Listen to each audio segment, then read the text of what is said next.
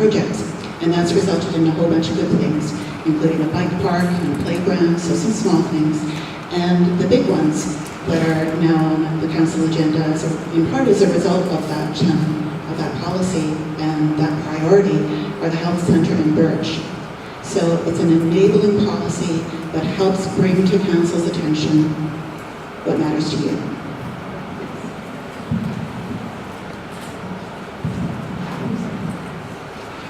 Of course, for me, number one priority is diverse housing. I am thrilled to see council step up to the plate and offer a piece of property for Birch and for that development, but they are only aiming to have 20 affordable non-market units by 2020, and I feel that we need a significantly higher amount than that. Of course, the medical centre. I think it's an incredibly important asset for our community, and we need to take further action to ensure that it happens.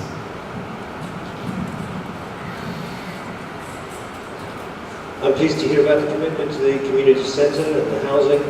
But one thing I noticed in the plan was a robust and resilient island economy. I read that and it wasn't very extensive, but I'm glad it's there. I keep going back to the economy. I guess that's sort of where I come from. I'm an economic geographer. But we have an opportunity to really make this island different. And I think we just have to start by imagining it as different. By seeing ourselves as being in control here. It's our island. It's not only our island, but we're the ones who can make this place what we want it to be. I imagine an island economy where people can work here in good jobs and not have to commute if they don't want to. And where the arts and our construction, our creative industries, we can do things here differently. We don't have to follow the example that's on the mainland. We can really be ourselves, and we can really make ourselves distinctly different from the rest, and be an example to others about what a sustainable community can be. Thank you very much. Thanks, Peter. Question 5 will begin with Rob Winan and end with Michael Kale. Or sorry, question 4, forgive me. In your view, how can the municipality address housing issues? Okay, it's not a Scott question, that's great. Sorry, it's, in your view, how can the municipality address housing issues on Bowen Island? Thank you very much. I think the big, we talk about housing affordability, we talk about attainable housing, and I think the big term that we should be talking about is diversity in housing. We have about 80, I think it's almost 90% of our housing is single-family housing. I would really like us to start building a lot more suites, one-bedroom, two-bedroom, bachelor suites. We see some innovative stuff happening in the Cove right now on the water. We have 4 rental suites above the pub. I think those are some fantastic examples of the type of housing that we need to start encouraging more of. I'm a big proponent of the Birch Housing Society and their project.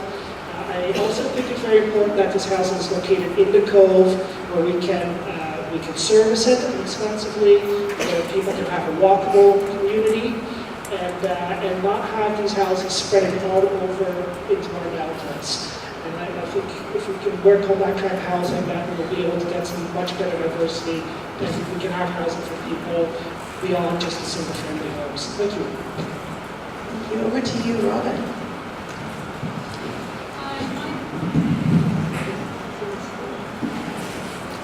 In my view, as a community psychologist and a researcher, my findings indicated that our current housing situation on Bowen is critical, and I think we need to start with using tools through the municipality that can include policy development and improvements mainly to community consultation, particularly around the use of our community lands. I think it's necessary to update our policies and bring them up to date so that we can address these issues. Thank you.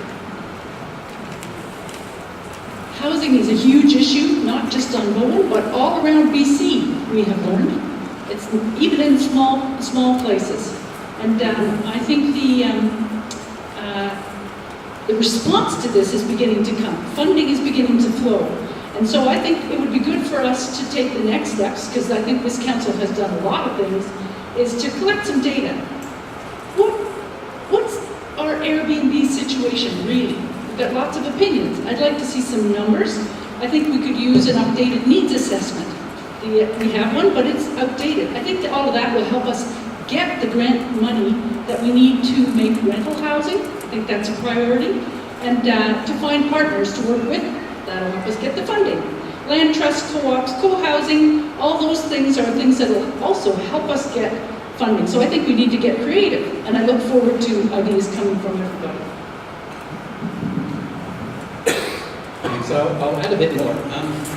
There's really two sort of sides to the housing. We all know what we need. We need a real variety of homes. And some of those can be subsidized. So from those, we could work with senior levels of government. BC Housing has some opportunities. Metro Vancouver has some opportunities. And we have to make sure that any of the developments that we get where there are subsidies or they're below market prices, that these are retained forever through housing agreements. So, we don't have something that's affordable for a little while and then flips over to some market. But the other side is market housing itself. On our community lands near the Cove, there's some opportunities for developers to be doing something where they're creating market housing that's much cheaper than the kinds of things we've had right now because they will be attached.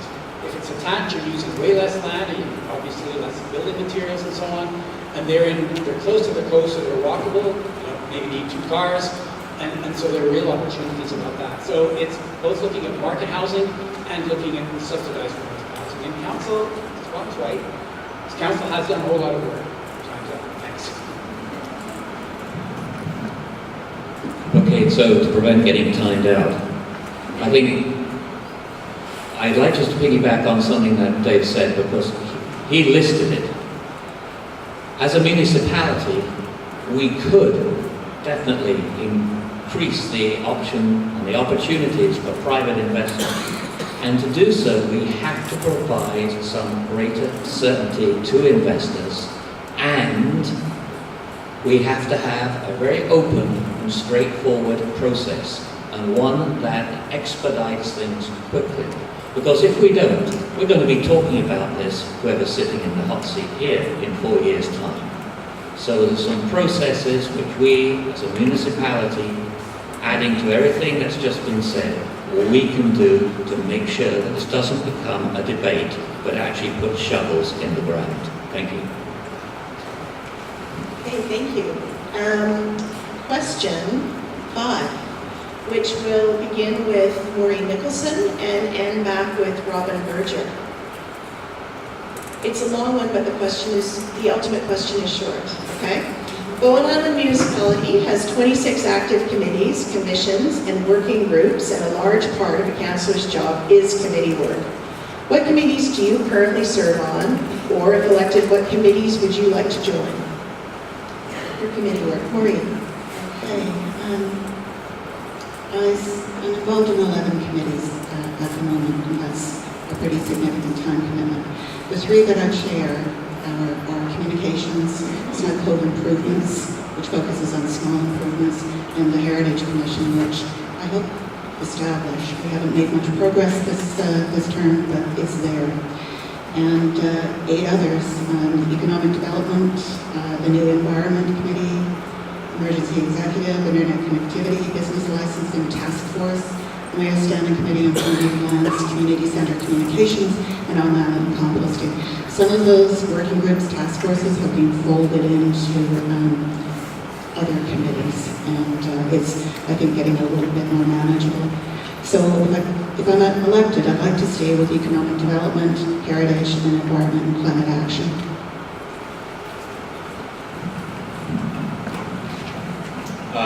If I'm fortunate enough to be elected, I would definitely like to focus my time on affordable housing and sit on any committee that involves affordable housing. Thank you.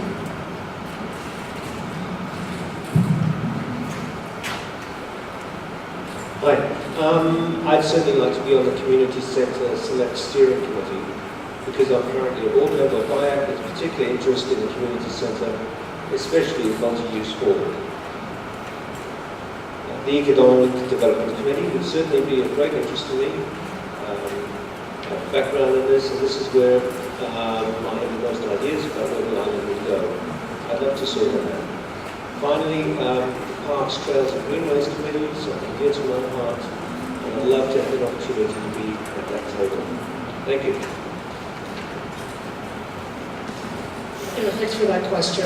While I'm not on council, I do right now sit on the Boat and Transportation Advisory Committee and the Ferry Advisory Committee, and I do have almost 30 years' experience in transportation planning, so that's a committee that I am interested in.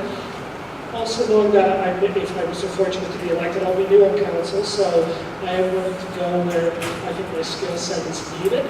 So I'm leaving that open to see where the needs are. But I definitely have done a lot of work with staff in the past in the school board, so that's a committee I'd like to work on, making sure that council and staff work very effectively together.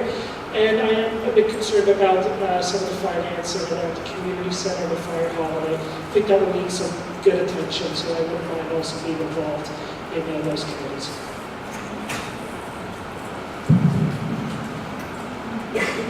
I do not currently serve on a municipal committee. If elected, I would serve on the Housing Advisory Committee as it's most closely associated with my area of expertise. Yeah. Okay, thank you.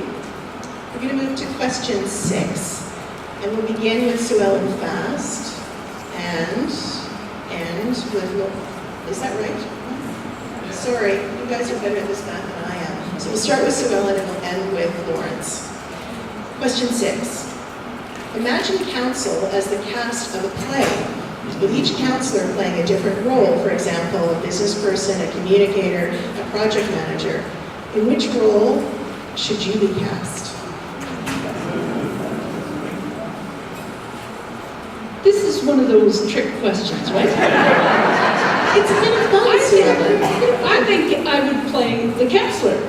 The municipal counselor who listens to others and all that kind of thing. If you do want to give me a role, though, perhaps I could play a narration role, or, because I like the communication side of what we do, and I think it's important for all of our back and forth conversations with the community. Or I guess I could play a production kind of role, in that I like to get things happening and projects off the ground and get people working together. That's part of my education and leadership background that I do the consulting in.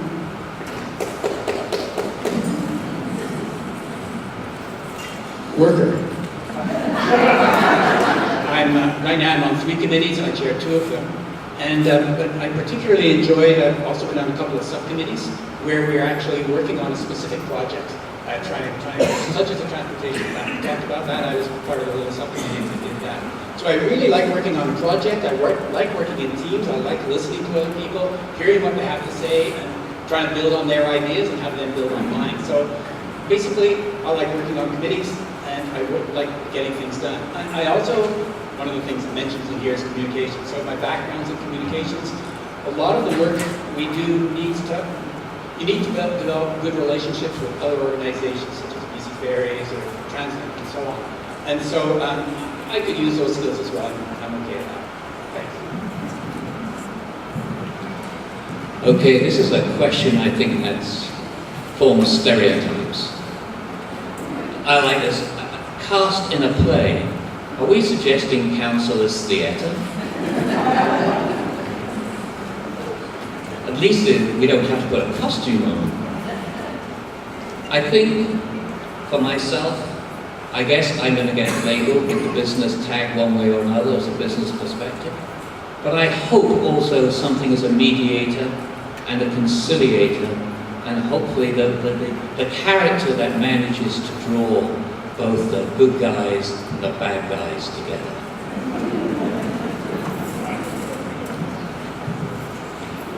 In my case, if I were to be slotted into one role, it's probably communicator because of my chairing the communications team, but also because of my professional background. I'm a college professor and chair of the communications department at Douglas College. I'm also an editor, and what that means is that over the course of this term, I've often been in the role of doing research, pulling things together into a report, getting stuff down on paper so that people can see what we're dealing with. I've been involved in coordinating a number of the publications that have come out this term, from the Island Plan to our community profile to our newcomer guide, and I've really enjoyed doing those. So a bit of a worker as well.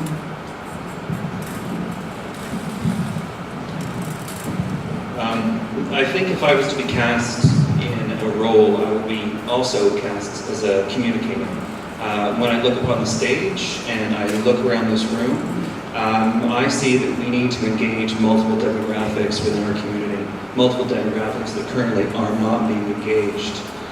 We need to, I feel that I would be a good person to represent and communicate with younger families on the island. With regards to affordable housing, there are a lot of diverse opinions out there, a lot of concerns about overpopulation. It's about communicating the fact that it is about choosing what kind of development we want, not overdeveloping. So I would be cast as a communicator. Thank you. Okay, question 7 will begin with Peter and end with David. Question 7. What criteria will you use when considering issues that could increase Bowen Island's population, such as applications for rezoning and subdivision, affordable housing projects, and detached secondary suites? So again, what criteria will you use when considering issues that could increase the island's population? Peter. Well, we have a Bowen Island official community plan, and that's our kind of guiding document in terms of decisions about development and rezoning and so on. So I think that's the first thing, is we have to look to the OCP where it's able to guide us on that. In terms of increasing population, well, I do happen to believe that population is important. We're not totally in control. I mean, we can't stop people from wanting to move to Bowen Island. I'm sure we can all understand why they would. And people do just arrive, and we basically have to accept them and incorporate them into the community. If they have a way of coming here and staying here, you know, this isn't a closed community. I don't know what's going to happen to the population in the long term. We're increasing, I think it's, 100 or so people a year. And I'm thinking that's going to continue happening, and I don't know that there's much we can do about that. It's about we last council. Sorry, that's 1 minute. Over a minute. Rob. Yeah, thank you. I think it's a great question, because I think last year we were at double the Metro Vancouver growth rate, and we actually live in an area which is considered a low growth, where they want it to be a low growth area. So we do have a substantial amount of people moving on island. I agree with Peter that I support the OCP in that we need to focus on housing centrally located in Snapcove. We don't want to see this expanding suburban sprawl into a forest. So I think that's a huge factor, is what the development looks like and how people are going to be living on the island, and making sure that we are able to service it. We are able to, we have sewer systems, we have electrical to where these people live. So I don't, it's hard to come up with a specific number, but I think we really need to focus on how people are living. And if we are going to build housing on this island, it needs to be for locals. We don't want to turn it into the suburbs of Vancouver. We need to make sure that the housing services people living on island, and it contributes to our economy. Thank you.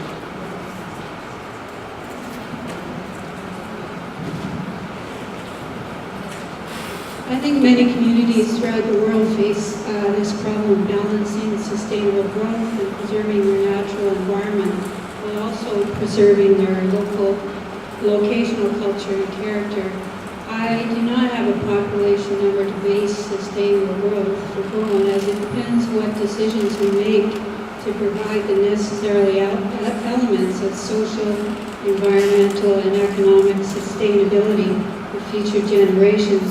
We currently have distinct problems of sustainability in terms of housing. For example, we are losing many islanders who have provided the diversity necessary to sustain a rural character. So I couldn't put a number on it. Thank you. Like Peter, I would look to the official community plan. This is something that we as a community gave tons of input to back over the years from 1994 when the first one came, or maybe there were other ones before that, but that was when I was on the island. And also the current one. There's a cap in our OCP, and that's because the community decided through the years prior to this that they wanted to keep our unique island character, and we wanted to have enough fresh water and other things like that.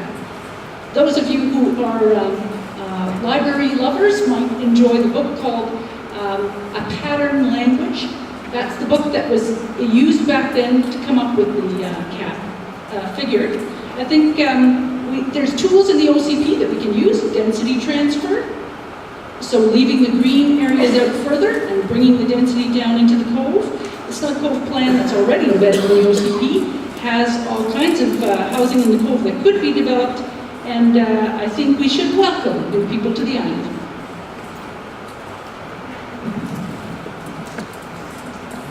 Thank you. The OCP, if we did the build out with the properties in the OCP, the cap would be about 7,000 people. As well mentioned, it's based on that pattern language book.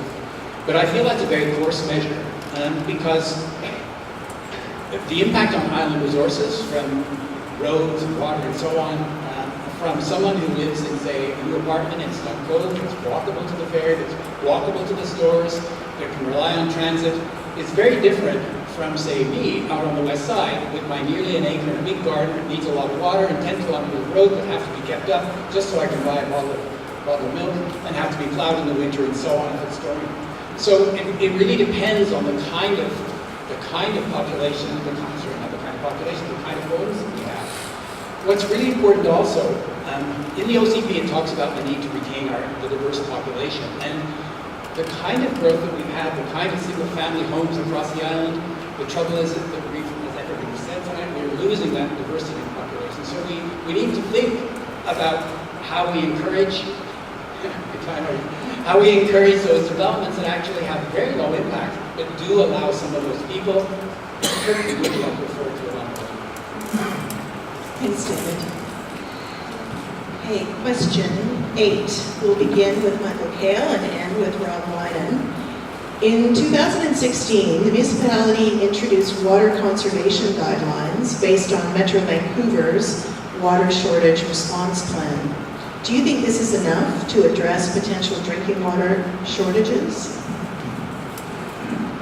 Thank you, Andrea. The answer is guidelines are helpful, but we have 7 water districts. So what are we going to have? Guidelines for each water district? In terms of the further steps that we take, we're going to have to look at some new build standards, without doubt, and also each and every water district, because they are so diverse and so different, they're going to have to look to themselves to see how they wish to maintain their water standards and their quantity. And it will, without doubt, affect development on the island. Because let's be fair, and I know many people will agree with this, some of those water districts are pretty maxed out without huge investment. So there you are. It's a pretty diverse situation among 7 water districts.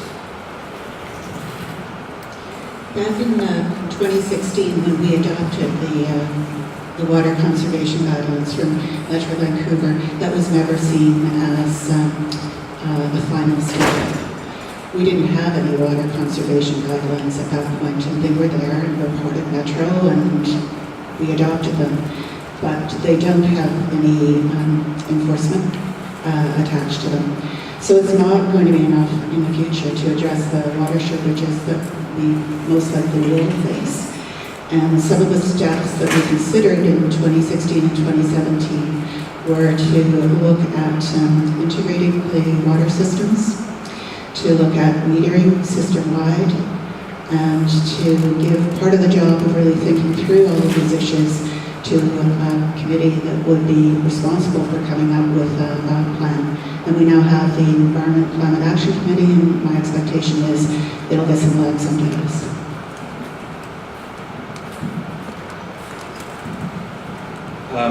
As Maureen just said, the conservation guidelines are a good start. They're moving us in the right direction. But, you know, we use potable water to water our gardens and flush our toilets. It's not good use of drinking water. We could be looking at cisterns, water collection in all new building on island, and perhaps we should work it into new building codes.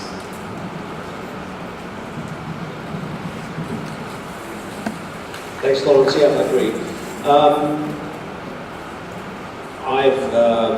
For my sins, my wife and I bought a lot and we're trying to build a house. And we have a shed there right now, and we've recently bought a 700-gallon water tank to put it there. And it's amazing how quickly that thing fills up from just the water that falls on a shed roof. We can collect enormous amounts of water by just having water storage on our sites, caught from the roof. I mean, I can honestly tell you, I don't think there's a person on the island who can catch as much water as falls on the roof in the winter. It's an enormous amount. By all means, try. I went to a fire workshop the other day, and they emphasized how important it is to damp down an area in the event of a fire. And so, water catchment can feed our gardens, which is where all our water goes, most of it probably. And it can be a tremendous asset to have water storage on site in the event of a fire. It's sprayed on the roof with a sprinkler, and it makes an enormous difference in the chances of your house burning down. So that's all I have to say about that. Thanks. Rob, last but not least. Thank you very much. And I think Lawrence and Peter brought up some great ideas around being relaxed in the building code so that we can reuse our water. You know, almost all of our grey water eventually winds up in our gardens, and I think it's a waste to have it just flushed away. And catching rainwater, I mean, somebody related it to me to a battery. We charge it up in the winter time and we use it in the summertime. And we need to make sure that we are capturing a lot of the water.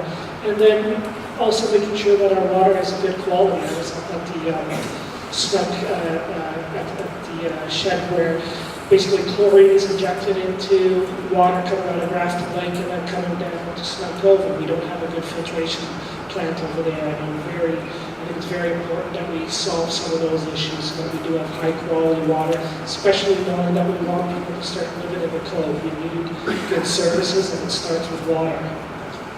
Thank you. Question 9, beginning with Robin Berger and ending with Maureen Nicholson. Tell us about a project that you would initiate in the next term if elected. Robin.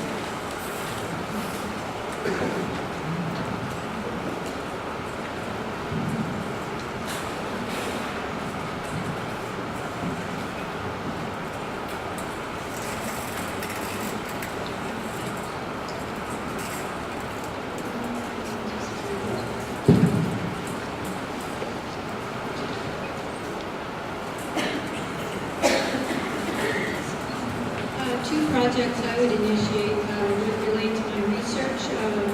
They would be updates to policies and policy tools necessary to initiate housing on the island and to improve community consultation. And both those two areas are what's lacking and what's preventing us from providing housing on the island.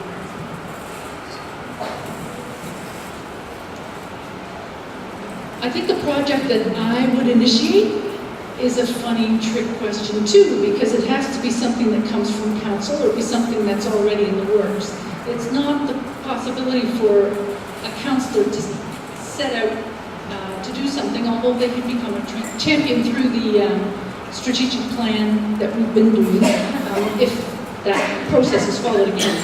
I think I would invite collaborative projects from the community. That's something that we've got the policy set out to do, like the bike park, or some other project like that comes forward. I'm excited about the Bowen Island Resilient Community Housing Birch project, for example.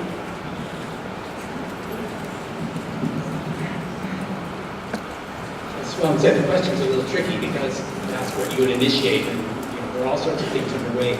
I'll just mention two. One, we've talked quite a bit about the idea of conservation development, but it's not just going to happen by itself. So it would be really interesting to ask our planners to investigate what are the possibilities of integrating that into our bylaws, either policies or bylaws, so that it encourages developers to move in that direction. So it encourages developers to cluster housing and leave environmentally sensitive areas in their natural state and in a way where they can connect with other areas. So I think that would be really important because it's not, we can talk about it a lot, but it's not just going to happen by itself. Another thing, this is something I've been involved in, and Rob has mentioned it, is the cross-island multi-use path. This is, when I looked at the island survey, there were over 60 people who said our roads are too dangerous to walk on or to cycle on. And I know a lot of those were people who wanted, like students who wanted to be able to cycle to school, and it's just not safe. I've commuted by bicycle for years into the city, and I always felt that coming home, the most dangerous part was on Bowen Island. So I would work on that. Okay, I see the key word here is initiate. Well, maybe in terms of projects less discussed, I would love to see initiated on this island a aging in place proposition, because I think it is so much needed. I so support Snug Cove House, and if that's the precursor of things to follow, then let's bring it on, because if there's anything that's needed for our community and our demographics, it's aging in place. So if I could initiate anything to support that, that would be the case. Secondly,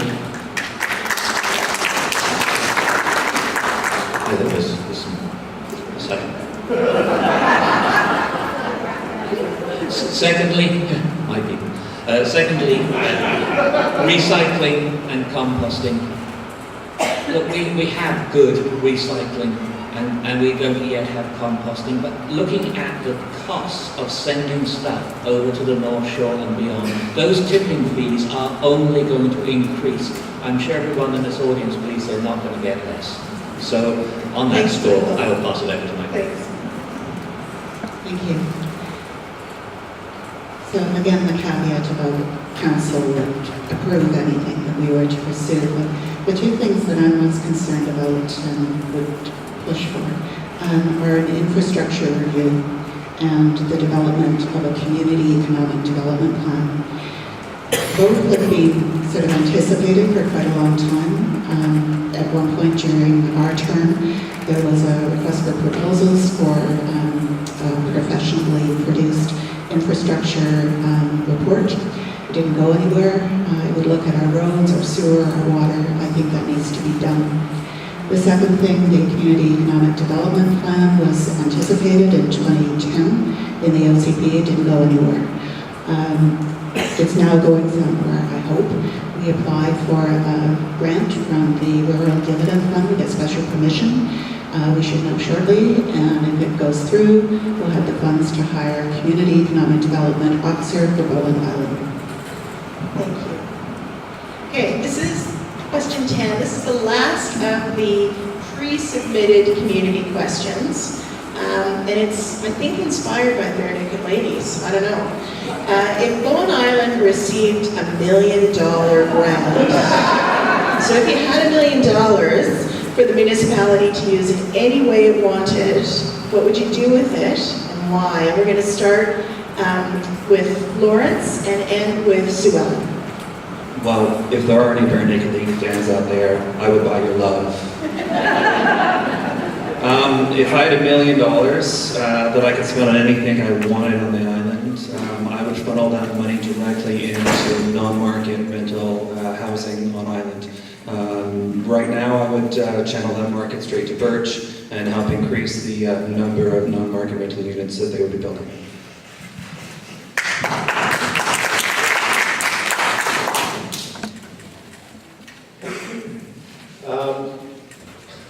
of places you could spend $1 million, but for my money, I'll put it with the community centre. We've got a large project ahead of us to raise money to build this building, which is now pretty much designed, and that's where I'll put that.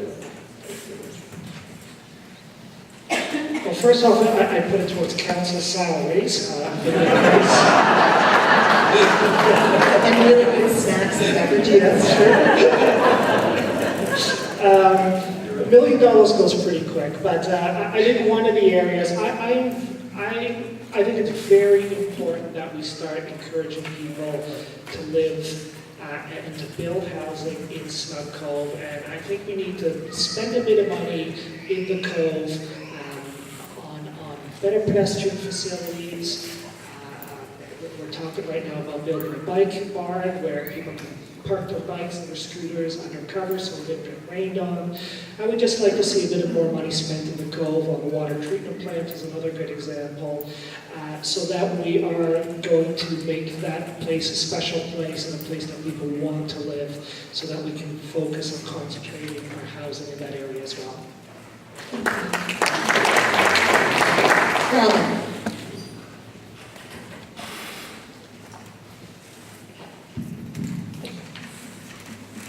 After completing the necessary policy and planning updates required to ascertain the housing needs of our community, I would invest partially in our community's most urgent housing needs. I would then split funds in order to provide a variety of smaller, cost-effective projects and reserve funds for future housing. Continuing the housing trend, I think the idea of a $1 million windfall is one of those ideas that, sure, I could pick 1 million good projects to put it towards. Housing is the top of my mind, rental housing. But I think I might work with the Bowen Island Foundation, who's done a lot of work on how to decide what the